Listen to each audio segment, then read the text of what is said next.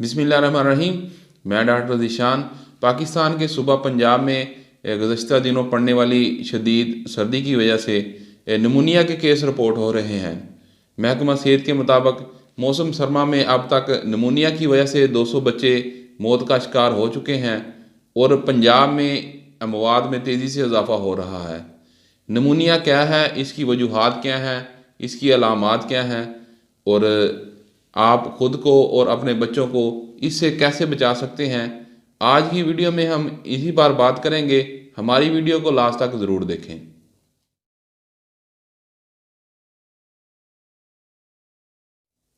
नमूनिया फेफड़ों के अंदर के इन्फेक्शन को कहा जाता है। जब फेफड़ों के अंदर जो हवा की थैलियाँ मौजूद होती हैं, इनमें सोजिश हो जाती है और पीप पड़ जाती है, जिसकी वजह से सांस लेने में मुश्किल होती है।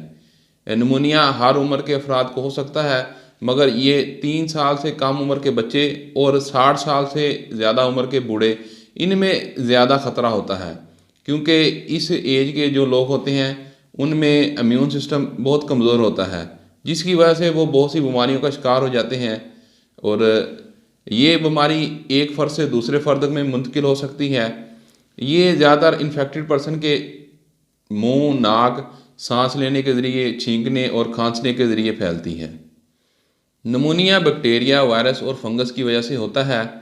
इसके अलावा ये सिगरेट का धुआं, फ़ज़ाई आलूदगी, इम्यून सिस्टम का कमज़ोर होना, फेफड़ों की बीमारियां या फेफड़ों का कमज़ोर होना, ठंड के मौसम में ज़्यादा देर तक खुली फ़ज़ा में रहना और ठंड में ठंडे मशरूबात का इस्तेमाल करना और खट्टी और तली चीज़ों का इस्तेमाल करना, दमा और खसरा। और इसके अलावा जो छोटे बच्चों में दूध का कम पिलाना और इनमें ग़िज़ाइयत की कमी की वजह से नमूनिया हो सकता है। नमूनिया की अलामात जानलेवा हो सकती हैं। इसकी अलामात में शदीद खांसी आना, सांस लेने में दुश्वारी होना, सीने में से खरखराहट की आवाज़ आना, बगलम और शदीद बुखार रहना, कपकपी तारी होना और सर्दी लगना। इसके अलावा खांसते वक्त और सांस लेते वक्त सीने में शदीद दर्द होना, जिस्म में कमज़ोरी और थकावट महसूस होना, सांस का फूलना, सर में शदीद दर्द रहना और कोई भी चीज़ खाने को दिल न करना। और बच्चों में नमूनिया की वजह से जो अलामात होती हैं, इसमें सीने में से खरखराहट और सीटी जैसी आवाज़ आना, सांस लेने में मुश्किल होना और इसके साथ बच्चे को शदीद बुखार हो जाता है और बच्चा चिड़चिड़ा सा हो जाता है और बच्चे को इतनी खांसी होती है कि खांसी के साथ उल्टी भी आ जाती है। नमूनिया से बचाव के लिए ठंड से बचें। गर्म कपड़े जैसे जर्सी कोट वगैरह पहन कर रखें। मुंह और नाक को ढांप कर रखें। ठंड में ठंडे मशरूबात और खट्टी चीज़ों का इस्तेमाल ना करें। सिगरेट नोशी ना करें। धुएँ और फ़ज़ाई आलूदगी से बचें। सर्दी के मौसम में गर्म मशरूबात जैसे यखनी, सूप, गर्म दूध, चाय और काफ़ी का ज़्यादा से ज़्यादा इस्तेमाल करें। मछली, अंडे और गोश्त और ताज़ा सब्ज़ियाँ खाएँ। सर्दी के मौसम में किन्नू ज़रूर खाएँ, क्योंकि किन्नू में एंटीबैक्टीरियल और एंटीवायरल प्रॉपर्टीज़ मौजूद होती हैं जो नमूनिया से बचने में मदद कर सकती हैं। किन्नू के बारे में हमने मुकम्मल वीडियो बनाई है। इस वीडियो का लिंक हमने डिस्क्रिप्शन में दिया है।